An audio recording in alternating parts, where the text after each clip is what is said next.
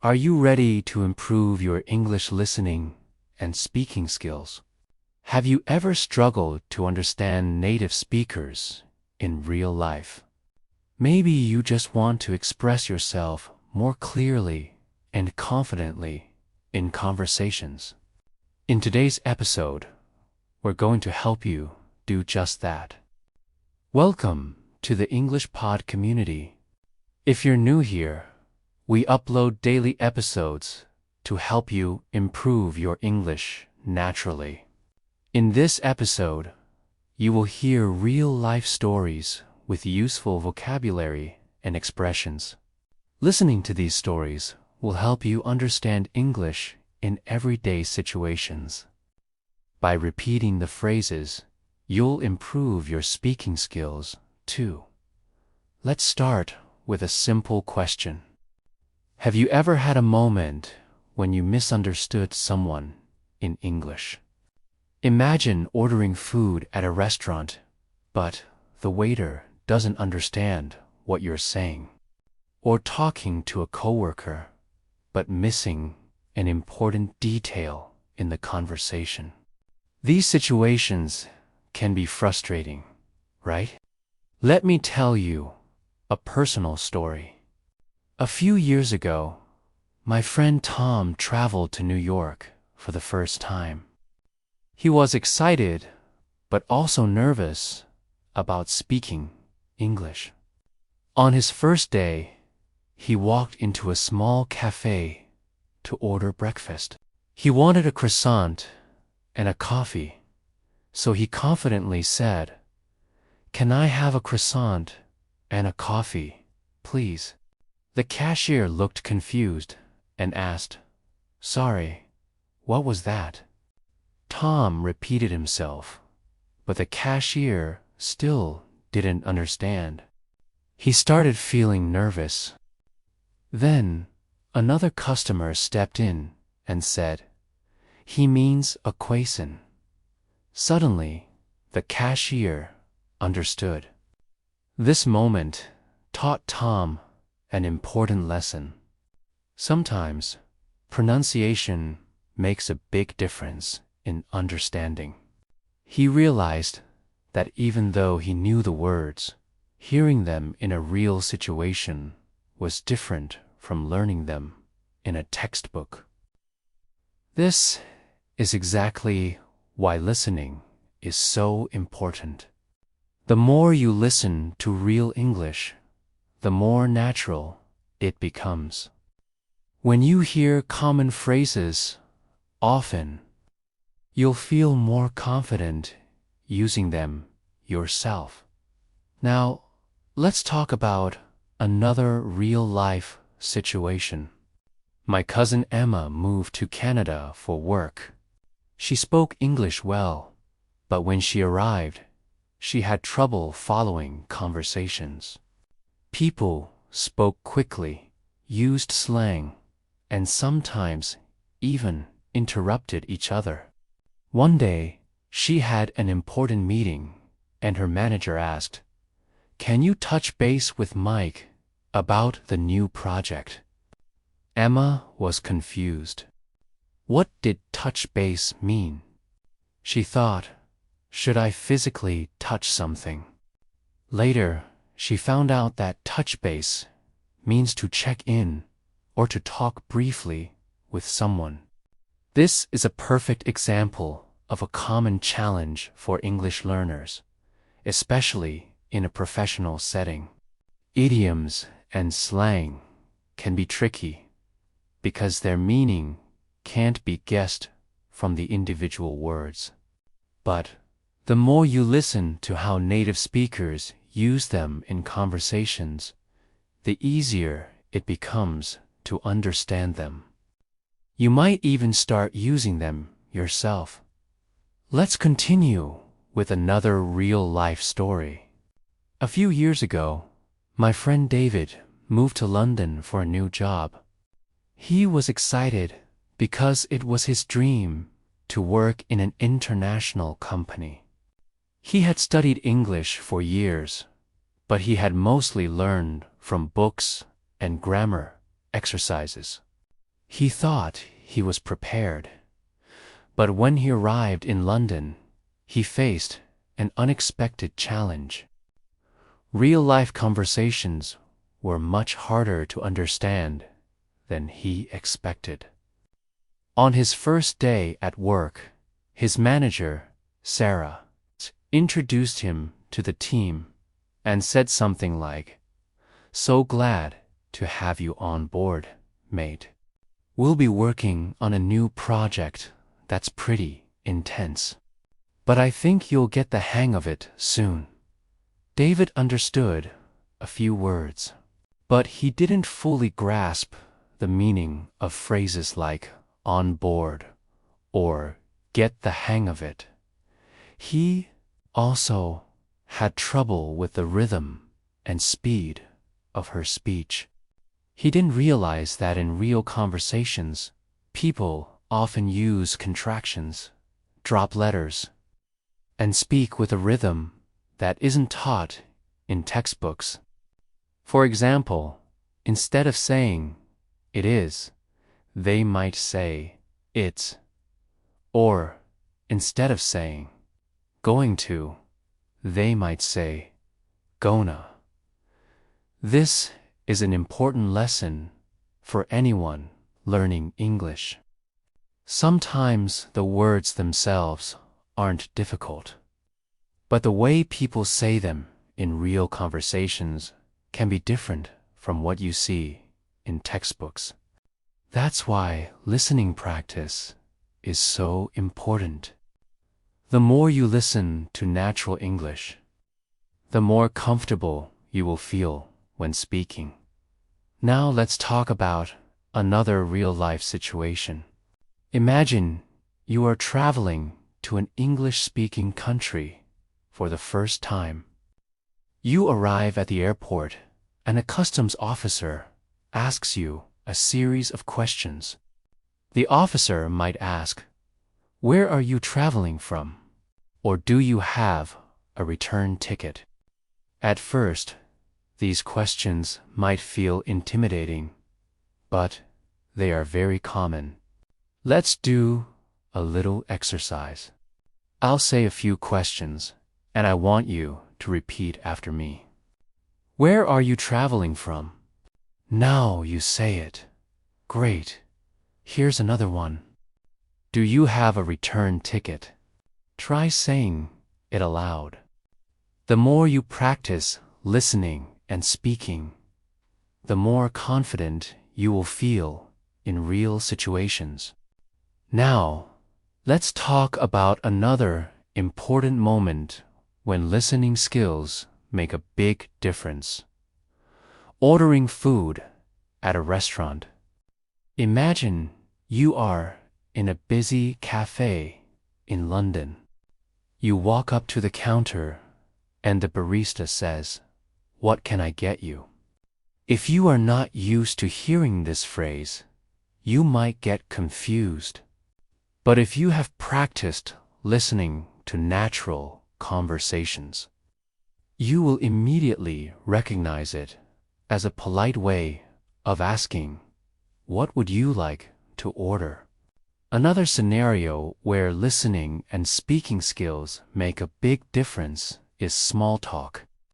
Small talk is the kind of casual conversation you have with people in everyday situations. Like when you meet someone new or when you're waiting for a bus. It's a skill that can feel difficult at first, but once you practice it, it can become one of the most valuable ways to improve your fluency in English. A few months ago, my friend Maria, who is from Spain, moved to an English-speaking city for work. She had studied English for years, but she felt nervous when it came to casual conversations. One day, she was waiting for a train, and another person, John, started a conversation with her. He said, "How was your weekend? Did you do anything fun?" Maria was surprised by how natural the conversation felt. She realized that by listening carefully to what John said, she was able to understand and respond. By listening to natural English, your brain begins to recognize patterns and common phrases. This makes it easier to respond without having to think about every single word. The more you listen to real conversations, the more natural your speaking becomes. When you listen carefully, you learn useful phrases and expressions that help you speak more naturally. For example, when John asked about Maria's weekend, he didn't say, "What did you do over the weekend?"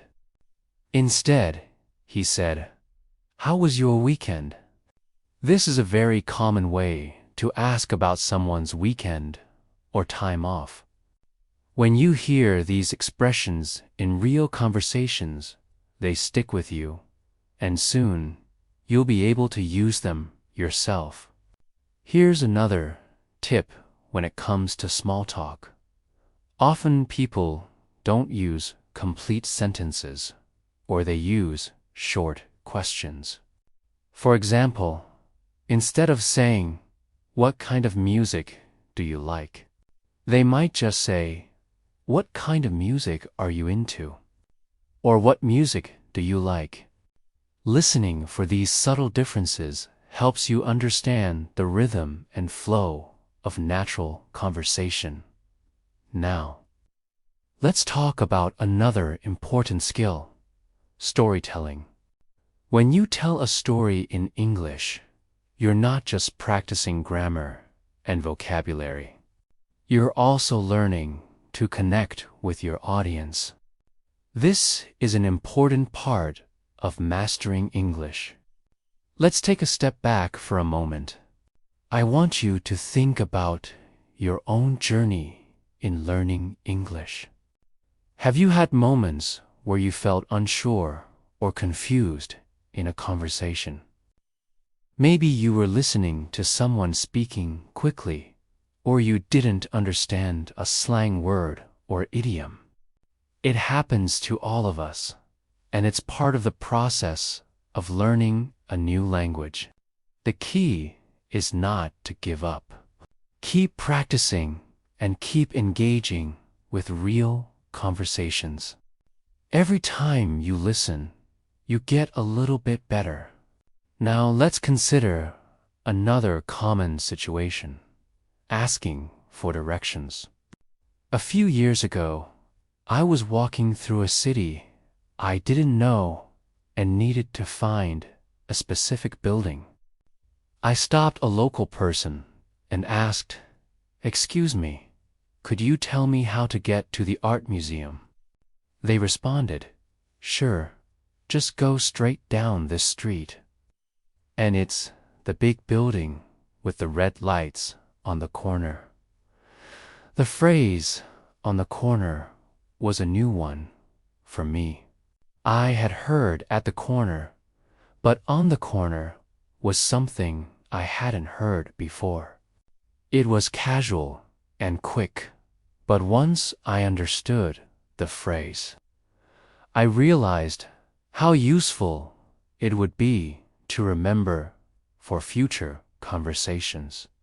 To improve your skills in asking for directions, start by learning common phrases and expressions. You'll often hear people say things like, "Go straight," "Turn left," "It's around the corner," and "It's just a few blocks away." These are all useful phrases that you'll encounter frequently when you're practicing. Listen to how native speakers use these phrases in everyday conversations. Another common scenario where listening skills are crucial is when you need to make a complaint. Let's say you're staying at a hotel and the air conditioning in your room isn't working. How would you handle this situation in English? First, you need to be able to describe the problem clearly.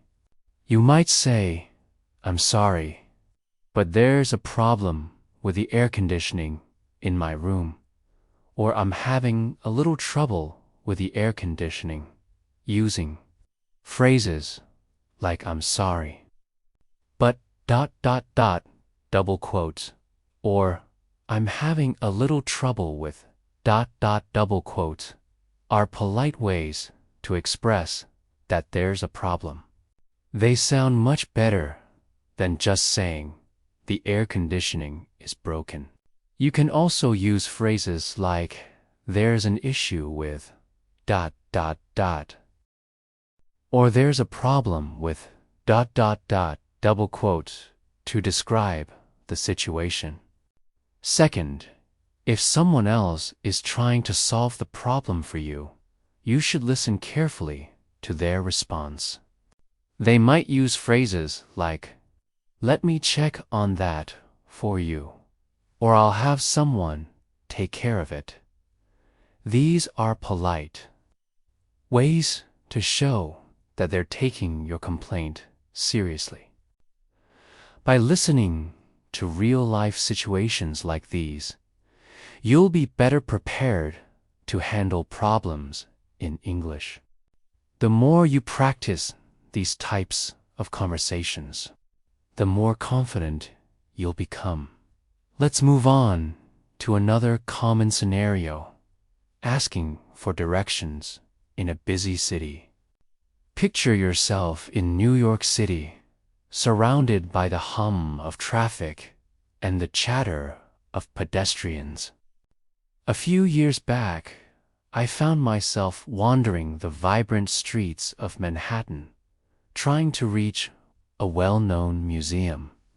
I approached a local and asked, "Excuse me, could you please tell me how to get to the Metropolitan Museum of Art?" The local replied, "Sure, just go straight for 2 blocks, then turn left at the big intersection. You can't miss it." The phrase "you can't miss it" is a common idiom that means the place is very easy to find. These are the kinds of phrases that you learn from real life, not just from textbooks. They add a natural, conversational feel to your English. Now, imagine a different scenario. You're in a business meeting. Your manager says, "Let's circle back to that topic in the next meeting." At first, you might wonder what circle back means in this context. It simply means to return to a topic later in the discussion. When you encounter unfamiliar phrases in meetings, jot them down and ask for a clarification if needed. Reflect for a moment. Have you ever been confused by business jargon or idioms? Practice by repeating phrases like "circle back" until they become second nature. Next, consider the challenges of phone conversations.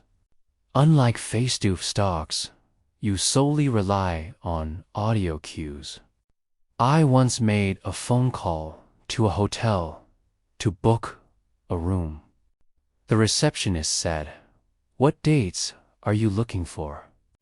I had to listen carefully to her pronunciation of date to make sure I understood correctly.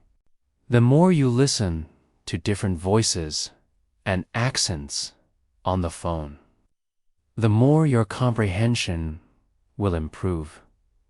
Another great way to practice English is through creative storytelling.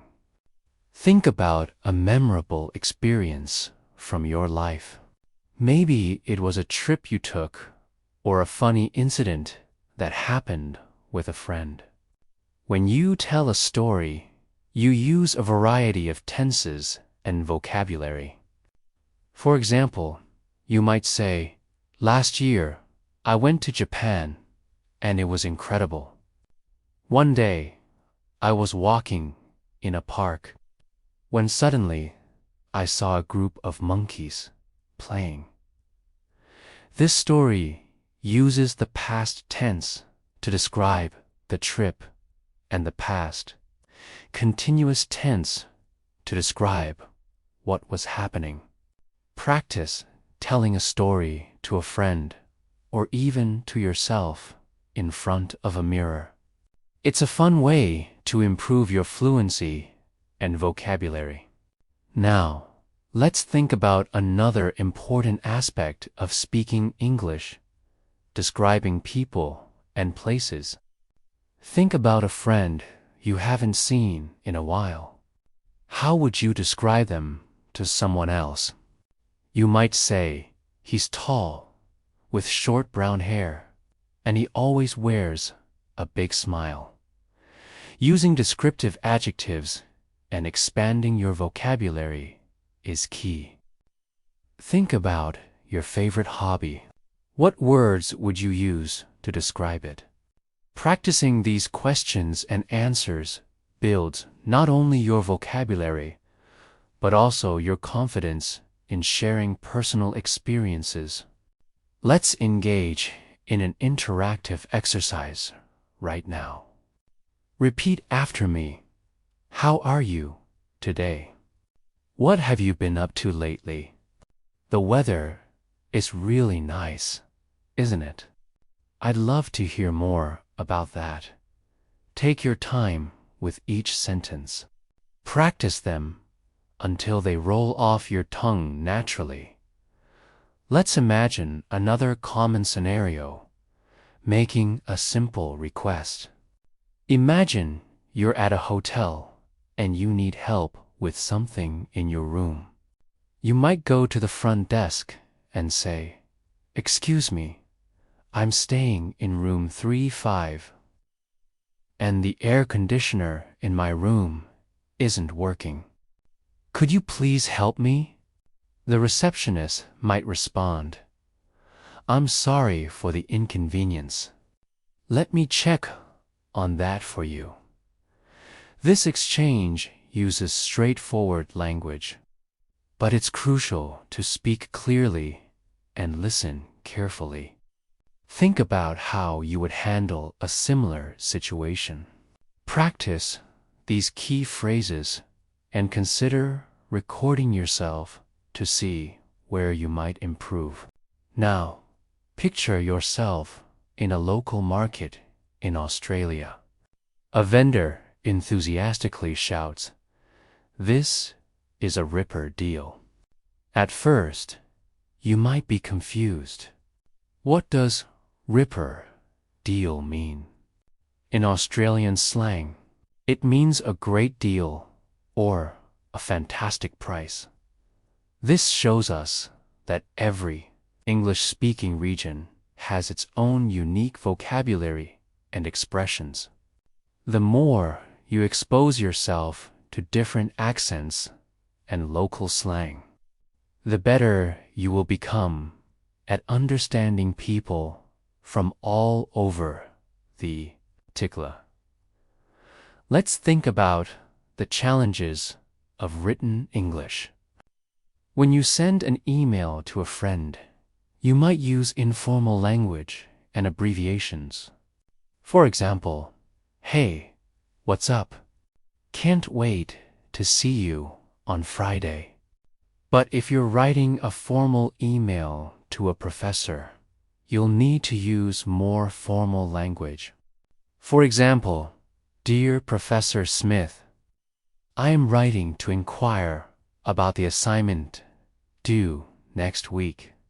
This shows that written English can vary greatly depending on the medium. Consider your own experiences with digital communication. Which style do you find most challenging? Practice both formal and informal writing to build a balanced skill set. Let's move on to a scenario involving cultural events. Imagine attending a local art exhibition where a curator explains a painting by saying, This artwork reflects the artist's inner turmoil during a time of great change. You ask, what inspired this style?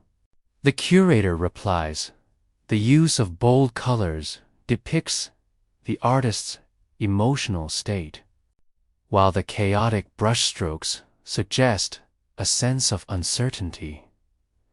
This exchange involves more complex vocabulary and ideas, but it's a great way to learn new words in a specific context. The more you expose yourself to English in different settings, the more your vocabulary will expand. Let's explore another common scenario: joining a new group or a new club. This can be a great way to practice your English in a social setting. When you first join a group, you might feel a little shy, but by listening to the conversations around you, you can get a sense of the topics people are talking about and the language they are using. For example, if you join a book club, you'll learn vocabulary related to literature and storytelling. If you join a hiking club, you'll learn words related to nature and outdoor activities. The key is to find a group that matches your interests, because then you'll be more motivated to participate. Once you feel comfortable, you can start asking simple questions like, what have you been reading lately? Or, what's your favorite trail? These questions can help you start a conversation and connect with new people. Now, think about a time you joined a new group. How did you handle the situation? Did you listen first and then speak? What strategies can you use to smoothly enter such discussions? Now, let's explore a scenario that many of us face online: participating in discussion forums and chat rooms. In these digital spaces, language is often informal, filled with abbreviations and emoticons. You might see a post like, "Has anyone tried the new cafe downtown? It's lit." Even if the language is casual, it still provides insights into current slang and conversational style. Spend some time browsing online groups or forums related to your interests, and you'll find a wealth of information. You might even want to try writing a short post yourself. This kind of practice helps you get a feel for the rhythm of online English. Remember, the goal is to get comfortable with the language in all its forms, whether it's formal or informal, written or spoken. As you practice, you'll find that your vocabulary and your confidence in speaking grow. Interactive exercises are an essential part of this journey. I invite you now to repeat the following sentences with me, paying close attention to the natural rhythm and emphasis. I appreciate your help. Could you please repeat that? I'm sorry, I didn't catch that. That sounds interesting. I would love to join. You repeat each sentence several times until it feels comfortable and natural. These exercises are designed to build your muscle memory for common conversational phrases. The more you practice them, the more they will become a natural part of your vocabulary. Let's move on to another real-life scenario: a business meeting. Imagine you're in a meeting and your manager asks, "Can you provide a brief overview of the project's progress?" Your response needs to be clear and concise. You might say, "We've completed the initial research phase and are now moving on to the design stage. We're on schedule to meet the deadline." This type of response shows that you understand the question and can communicate effectively. Business scenarios present a unique challenge because they require you to be both clear and concise. Practice such dialogues with a friend or even role-play them in front of a mirror. Notice how using polite expressions like please and thank you makes the conversation smoother and more effective. Another scenario involves visiting a healthcare facility. Imagine sitting in a doctor's office where the physician asks, "How have you been feeling recently?" You might answer, "I have been experiencing a lot of headaches and a bit of fatigue." The doctor then follows up with, "Have you noticed any other symptoms?" This exchange requires you to use specific vocabulary to describe your health. Practice talking about your health in English so that you're prepared if you ever need to. This can include learning the names of body parts, common illnesses, and symptoms.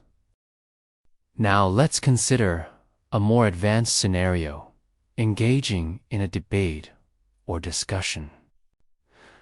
This is where your listening and speaking skills are truly put to the test. Imagine yourself at a community forum where the topic is the impact of social media on daily life. A participant might begin, "I believe social media has revolutionized the way we communicate, but it also presents challenges such as privacy concerns." You might respond with, "I agree that social media has its benefits, but I'm curious about its effects on face-to-face interactions." Engaging in debates not only exposes you to different viewpoints, but also teaches you how to articulate your own thoughts and opinions clearly and respectfully. To prepare for such a conversation, try to read articles or watch videos about topics that interest you. Pay attention to how people structure their arguments and how they respond to others. Another scenario that is very common is giving advice. Imagine a friend asks you, "I'm not sure how to prepare for this job interview. What should I do?" You might respond with, "You should research the company and practice answering common interview questions." It would also be a good idea to prepare a few questions to ask the interviewer. This scenario requires you to use modal verbs like should and would, which are very common when giving advice. Consider a scenario involving a friendly debate on a light-hearted topic, such as discussing favorite cuisines. Imagine sitting at a dinner party where someone remarks, "Italian food is the best because of its rich flavors and variety." You might respond, "I love Italian food, too, but I'm also fond of the spicy kick of Thai cuisine." This type of dialogue helps you practice expressing your preferences and opinions in a conversational way. It also exposes you to a more natural and fluid style of speaking. Think about your own favorite things, your favorite movie, your favorite book, your favorite place? How would you talk about them in English? Now, let's explore a scenario involving negotiation. Imagine you're at a market and you wish to negotiate the price of a souvenir. The vendor says, "This item is priced at $20. You might reply, "Could you do $15? The vendor might counter, "How about $18? Engaging in such negotiations teaches you to use polite language while expressing your needs. Practice using phrases like, "Would you consider ... or is there any possibility of a discount?" Such exercises not only build your vocabulary, but also your confidence in navigating real-world transactions. We have now journeyed through numerous scenarios and exercises designed to immerse you in real life. English. Each experience, from ordering coffee and negotiating prices to debating current events and storytelling, builds your ability to understand and respond naturally. The key to improvement is consistent practice. The more you expose yourself to the language, the more comfortable and confident you will become. As you continue your journey, remember that every conversation is a new opportunity to learn. It's okay to make mistakes. That's how we learn. The important thing is to keep speaking and keep listening. You'll find that with time and dedication, your English will improve dramatically. Now, let's talk about the importance of being direct and clear in your communication. One of the biggest challenges for English learners is trying to translate their thoughts from their native language. This can often lead to sentences that sound unnatural. Instead, try to think about how to express your thoughts clearly. You don't have to use long or complicated sentences to be understood. In fact, sometimes simple sentences are the most effective. For example, if someone asks you what you did today, you could say, "I went to the park," or "I worked on a project." Keeping things clear and to the point helps your listener understand you better, and also makes you feel more comfortable as you speak. One of the challenges when learning a language is understanding how to respond to questions you didn't expect. But you can prepare for this by thinking about common situations and topics. For example, if you're traveling, you might be asked questions about your home country or your travel plans. If you're at a party, you might be asked about your job or your hobbies. By mentally preparing for these situations, you'll feel more confident when they actually happen. And remember, it's okay to say, "I'm sorry. I don't understand." People will usually be happy to explain themselves or to speak more slowly.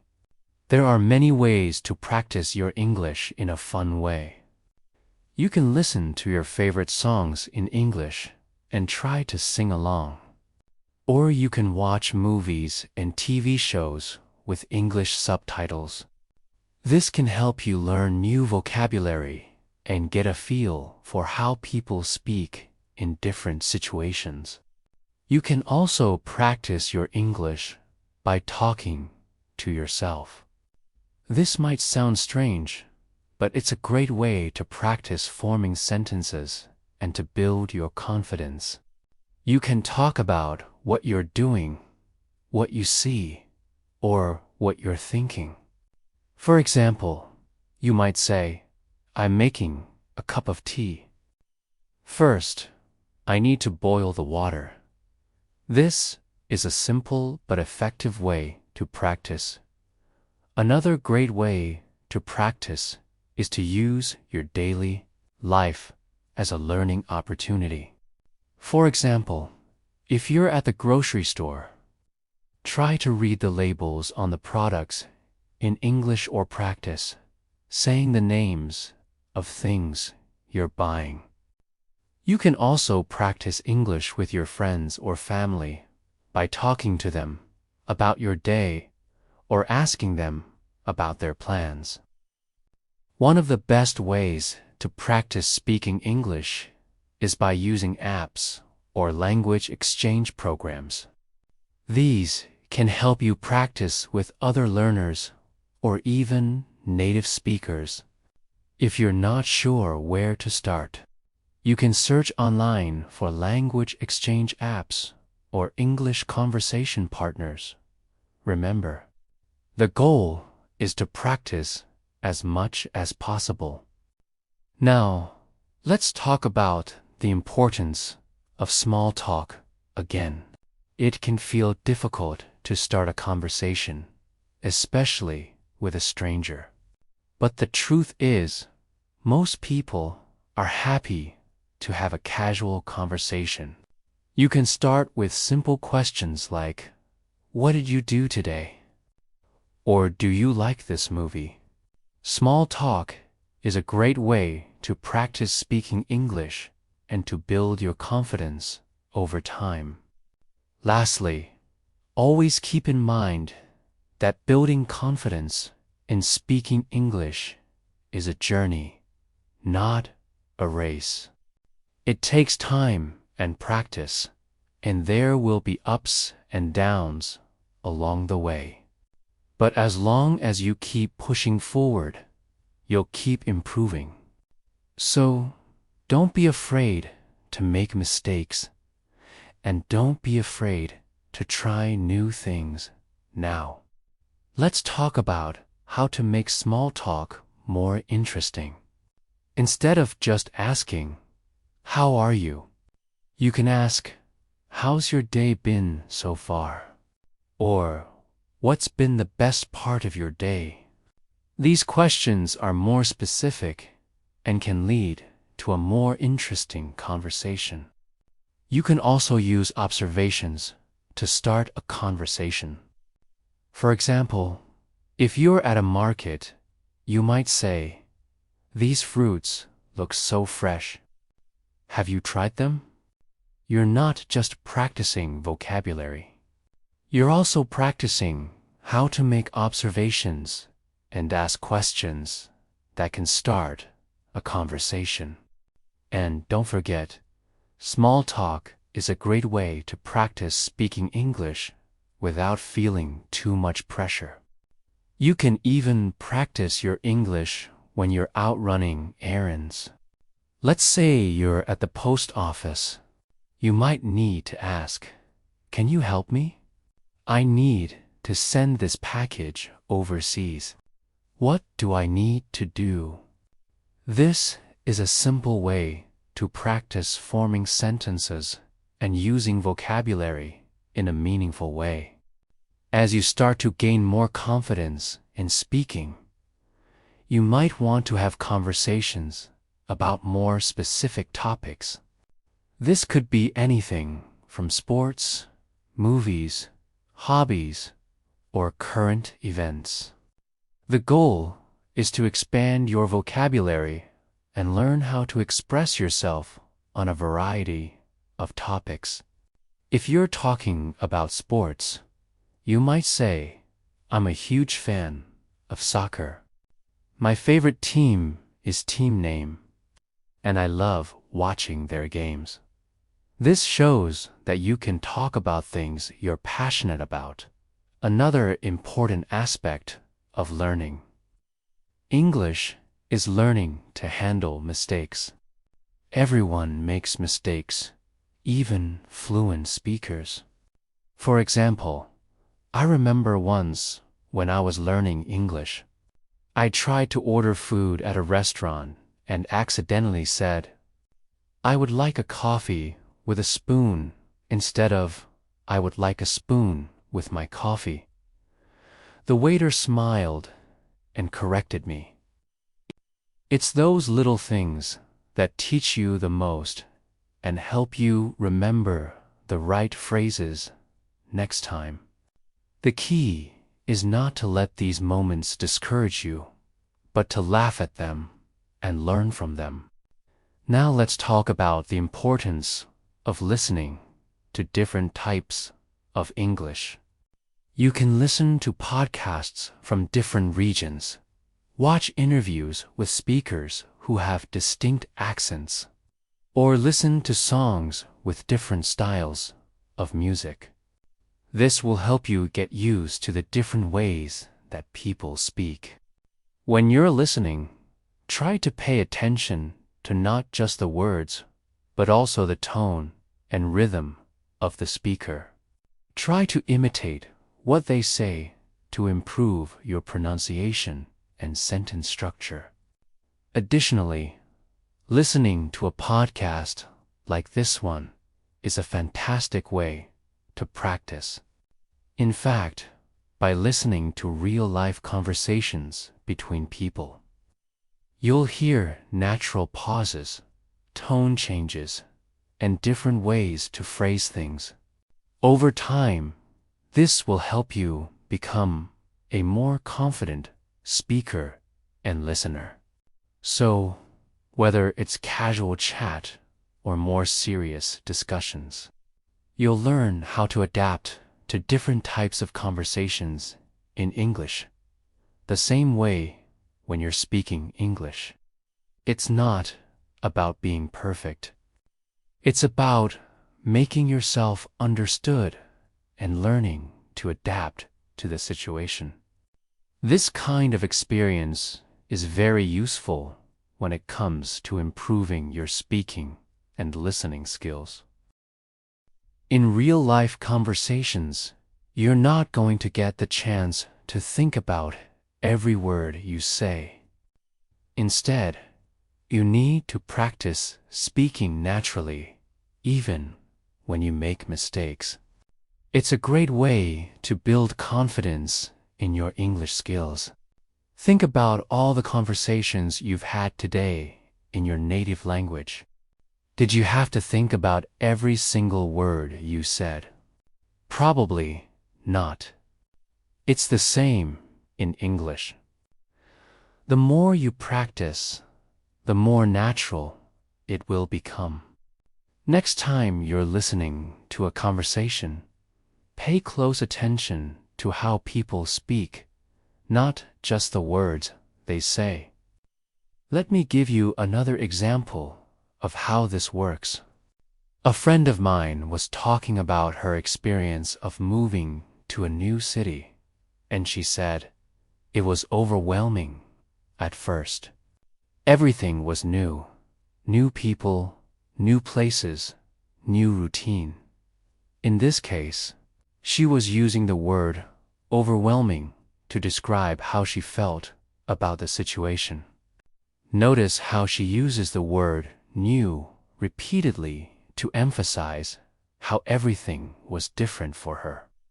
This is a very common way to express your feelings in English. The more you listen to people share their personal stories, the more you'll pick up on these types of expressions. Another scenario is when you have to talk about a problem. Imagine you're trying to set up a new computer, but it's not working. You might say, "I'm having some trouble with the new computer. It's not turning on." This is a clear and direct way to describe the problem. The person you're talking to will understand immediately. This is a very common way to ask for help in English. Another example is if you're trying to learn how to use a new app. You might say to a friend, "I'm having a hard time figuring out how to use this app. Can you help me? This is a simple but effective way to ask for help. In real life, conversations are not always neat and tidy. People might speak faster than you might expect, and sometimes it's hard to catch every word. But this is where real-life experiences can be incredibly useful. The more you practice listening to natural conversations, the better you'll get at understanding them. And it's okay if you don't catch every word at first. That's completely normal. The more you expose yourself to this type of listening, the more you'll start to understand the flow of the conversation. Let's not forget about speaking practice as well. One of the best ways to practice is to try to summarize what you've heard. For example, after listening to a podcast, you can try to retell the main points to a friend.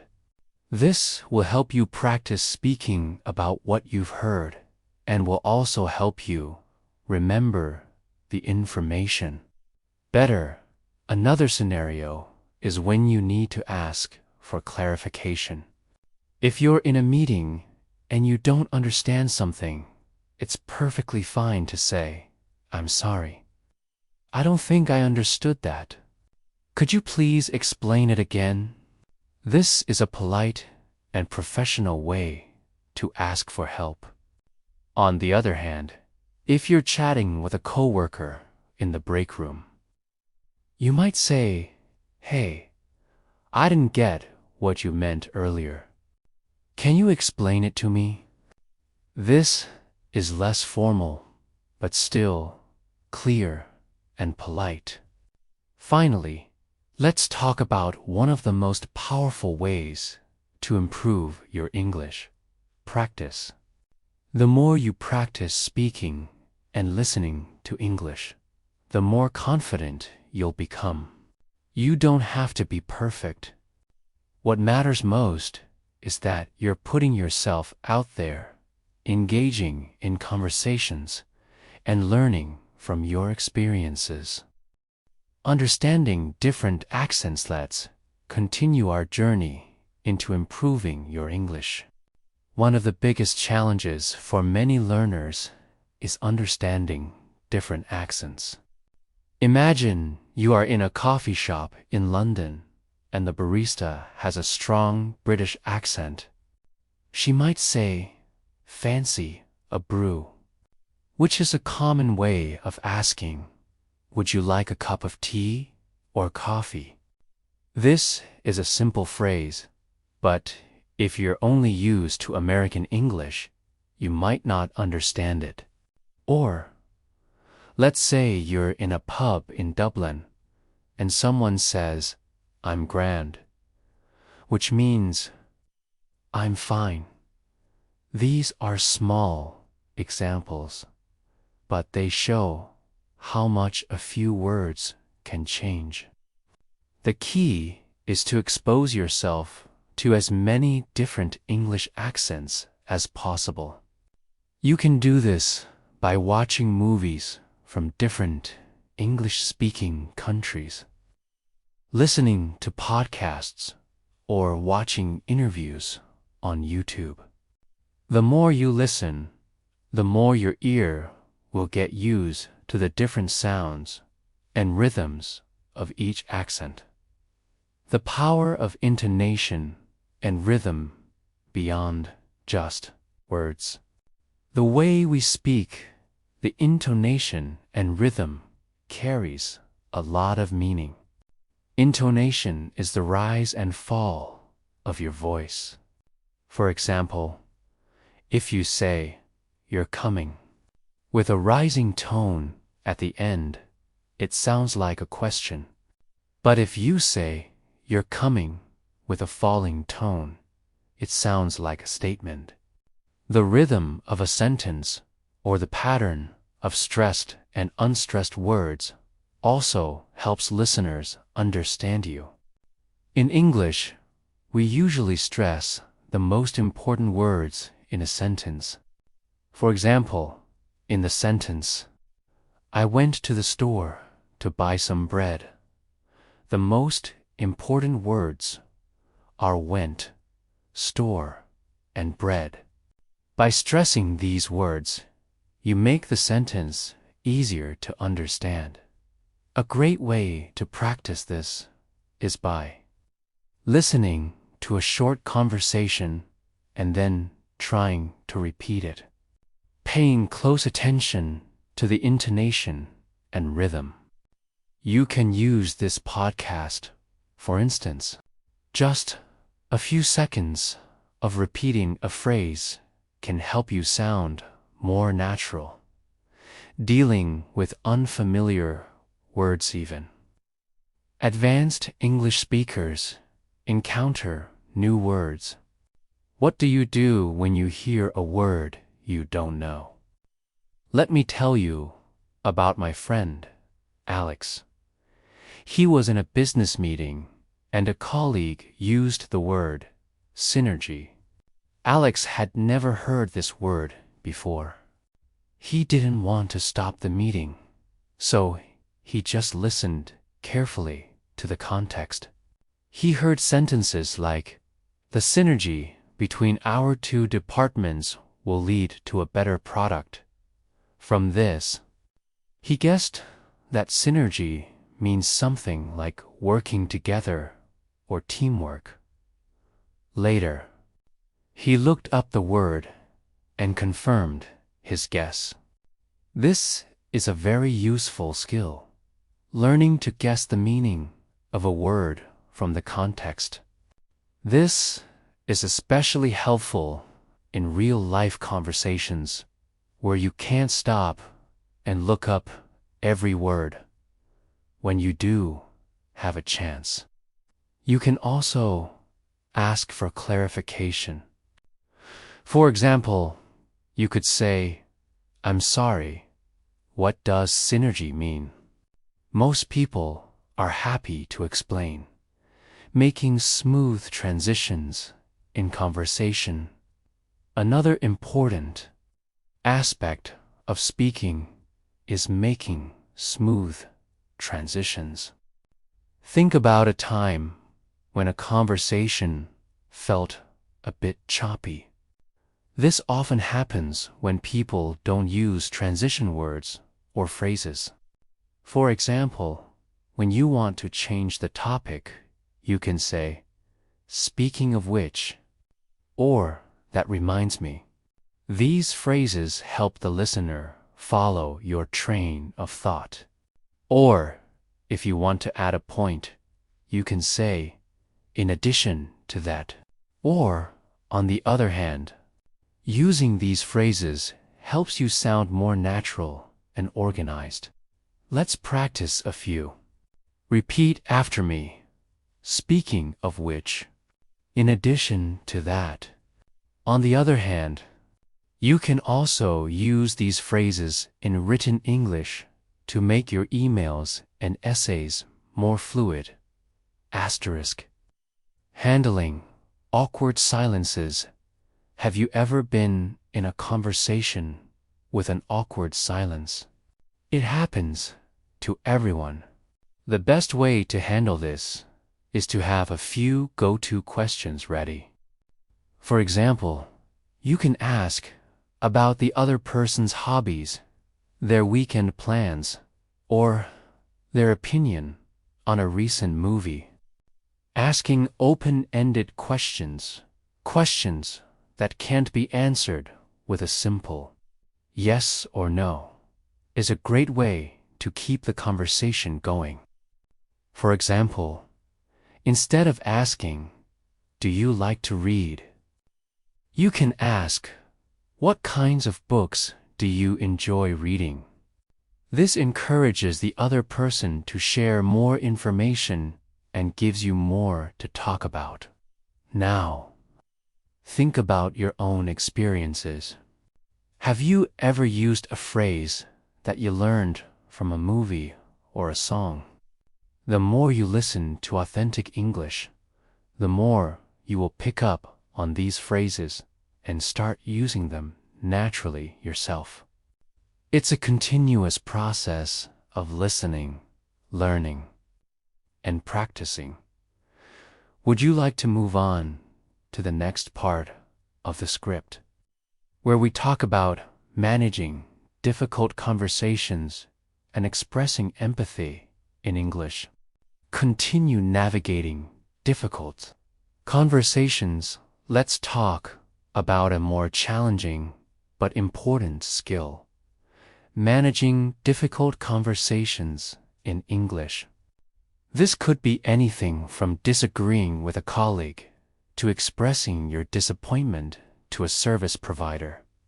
In these situations, your listening skills are just as important as your speaking skills. First, you need to listen carefully to what the other person is saying so you can understand their perspective. Then, you need to respond in a way that is clear, polite, and firm. Imagine you ordered a product online and it arrived broken. You need to call customer service. Instead of saying, "This product is broken," which can sound a bit aggressive, you could say, "Hi, I received my order today, but unfortunately, there seems to be a problem with the item. It arrived damaged." This sounds much more polite and will likely get a more helpful response. Phrases like, "I'm calling about ... or I would like to report a problem with ... double quotes are great ways to start these conversations. When the representative responds, listen carefully for key phrases like "I apologize for the inconvenience," or "Let me see what I can do for you." These phrases show that they are taking your complaint seriously. Practice by thinking of a difficult situation you've been in and then role-playing it in English. You can even write down a few key phrases you would use. The art of expressing empathy in other. Crucial skill in conversation is expressing empathy.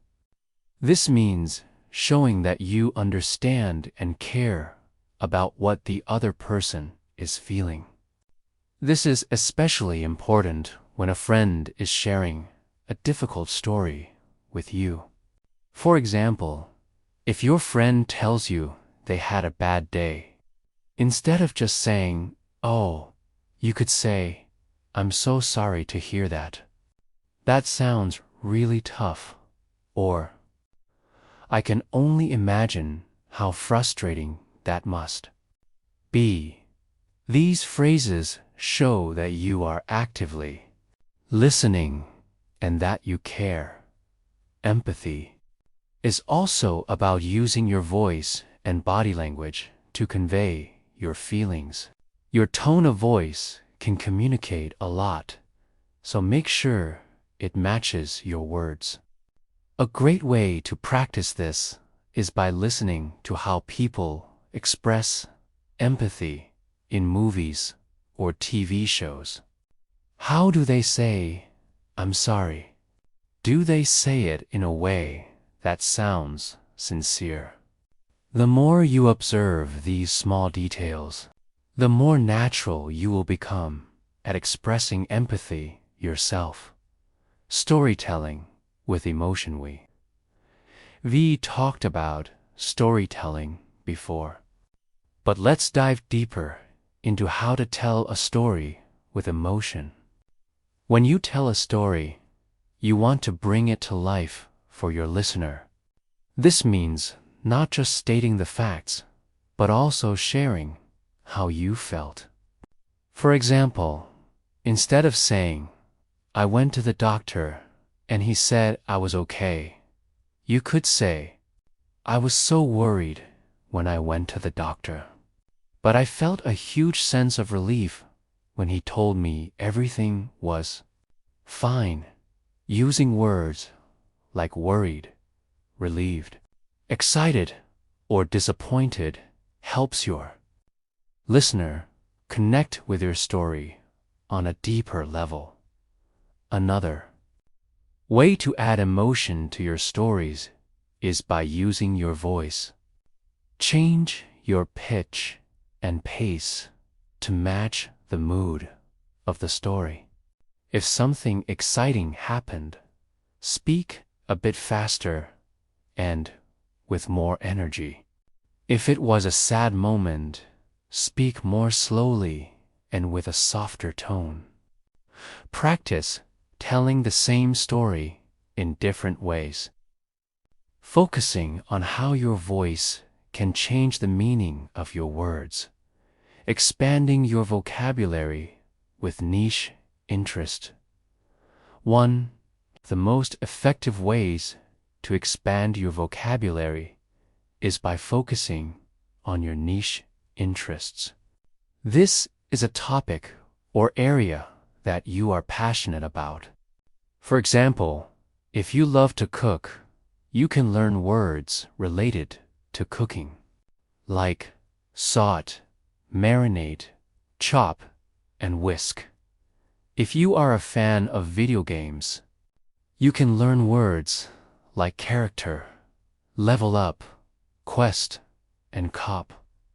By focusing on a niche, you are learning words that are meaningful to you, which makes them easier to remember. To do this, you can read articles, watch videos, or listen to podcasts about your niche in English. The more you expose yourself to the language of your interest, the more you will start to pick up on new words and phrases. You can even try to describe your favorite hobby to a friend in English. This will force you to use the new vocabulary you have learned. Remember, the goal is not to learn every word in the dictionary, but to learn the words that are most useful to you. Giving a presentation or public speaking now. Let's talk about a scenario that can be intimidating for anyone, especially for non-native speakers. Giving a presentation or speaking in front of a group. This is a great way to practice your English in a high-pressure situation. The key is to prepare well and to focus on being understood rather than being perfect. First, prepare your content. Write down your main points, but don't write down every single word. This will help you avoid just reading from a script. Instead, you can use bullet points or a short outline. This will allow you to sound more natural and conversational. When you practice, try to speak without looking at your notes too much. It's a great way to build confidence. Second, use simple and clear language. Avoid using complicated words or long, complex sentences. Your goal is to get your message across. Use phrases like the main point is ... double quote, or in conclusion ... double quote, to help your audience follow along. You can also use transitions like now. Let's move on to ... double quotes. Or to summarize ... these phrases guide your audience from one point to the next. Finally, engage with your audience. Look at the people in the room. Don't be afraid to smile. You can also ask questions like, "Does that make sense?" or "Are there any questions?" This makes your presentation more of a conversation and less of a lecture. A great way to prepare is to practice in front of a mirror or with a friend. Record yourself and then listen to it to see where you can improve. The importance of body language. Body language is a very important part of communication in any language. It can tell people a lot about how you're feeling and can help you get your message across. For example, if you're excited about a topic, you can use your hands to gesture and show your enthusiasm. If you're nervous, you can stand with your shoulders back and your head up. This will not only make you look more confident, but it will also help you feel more confident when you're speaking. Try to avoid putting your hands in your pockets or crossing your arms.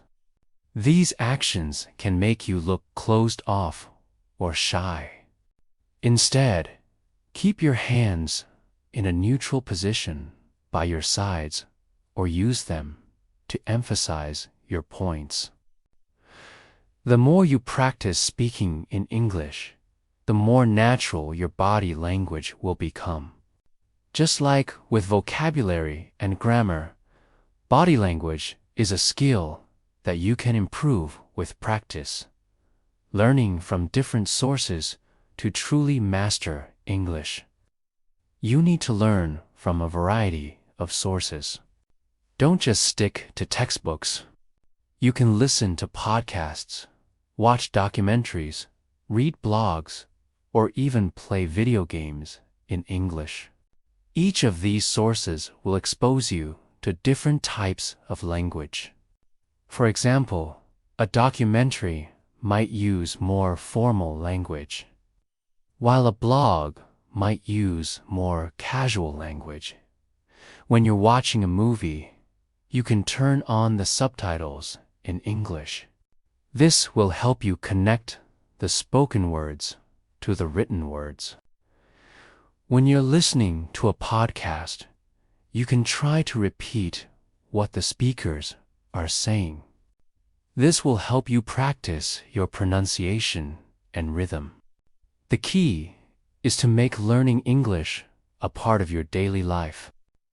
The more you immerse yourself in the language, the more natural it will feel. Remember to find sources that are interesting to you. This will make the process of learning much more enjoyable. Asterisk. Understanding idioms and slang. Let's continue by exploring a fun but tricky part of English, idioms and slang. These are phrases that don't mean what the individual words suggest. We've talked about some of these already, like touch base or get the hang of it. But there are thousands more. For example, if someone says, "That's a piece of cake," it doesn't mean they're talking about dessert.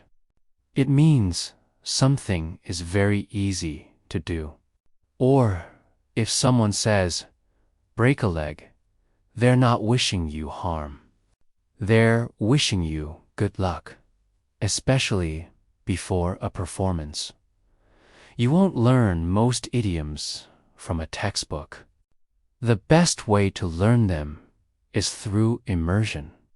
Listen to how native speakers use them in movies, TV shows, and songs. When you hear an idiom you don't know, try to guess its meaning from the context of the conversation. If you can't figure it out, write it down and look it up later. The more you hear and see them used, the more they will stick in your mind. Don't be afraid to try using a new idiom yourself, even if you use it a little bit wrong. People will usually understand what you mean and they might even correct you, which is a great way to learn. Handling small talk at a party. Imagine you are at a party where you don't know many people. Small talk is the key to making new friends. Instead of just saying hello, you can start a conversation by asking a simple question. For example, how do you know the host? Or have you tried the food? It's really good. These questions are easy to answer and can help you get a conversation started. Once you've started talking, you can use follow-up questions to keep the conversation going. For example, if someone says they are a teacher, you can ask, "What subject do you teach?" Or "What's the best part of your job?" This shows that you are interested in what they have to say when you're at a party. It's also a good idea to listen for conversation openers that others use. Notice how they approach people and start talking. You can use these same phrases in your own conversations. Remember, the goal of small talk isn't to have a deep conversation. It's just to connect with people and make them feel comfortable. Giving and receiving feedback in both a professional and personal setting. You might need to give or receive feedback. This can be a sensitive topic, but it's a very important part of communication. When you're giving feedback, it's important to be constructive and polite. For example, instead of saying, "Your presentation was bad," you can say, "I think your presentation was good, but I have a few suggestions for how you could make it even better." This is a much more positive way of giving feedback when you're receiving feedback. It's important to listen without interrupting. Try not to get defensive. You can say things like, "Thank you for the feedback. I'll take that into consideration," or "I appreciate your honesty." This shows that you are open to learning and improving. Practice giving and receiving feedback with a friend. It's a great way to get comfortable with this type of conversation. Remember, feedback is meant to help you grow, not to criticize you. Expressing opinions and debates. Let us dive into the art of expressing your opinion and engaging in a debate.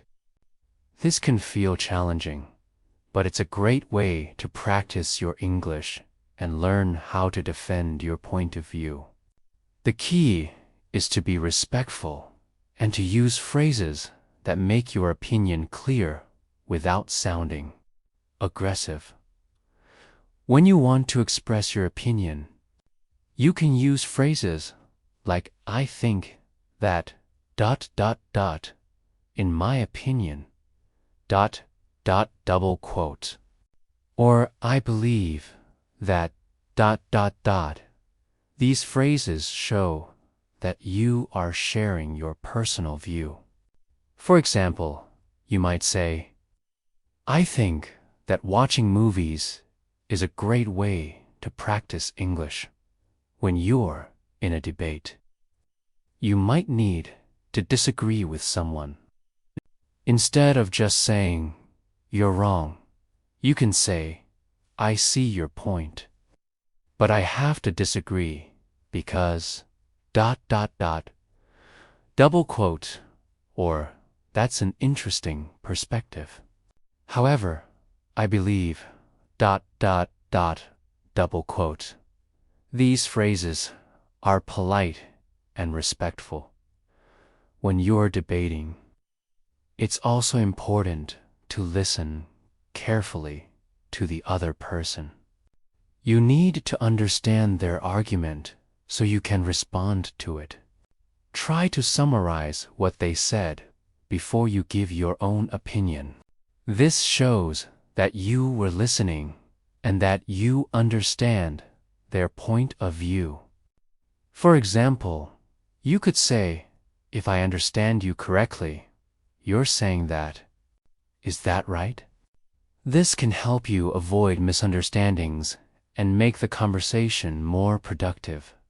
Handling pressure and nervousness. KS. Completely normal to feel nervous when speaking a new language, especially in front of other people. But don't let that stop you. The more you practice, the more confident you'll become. Remember that the goal is to communicate, not to be perfect.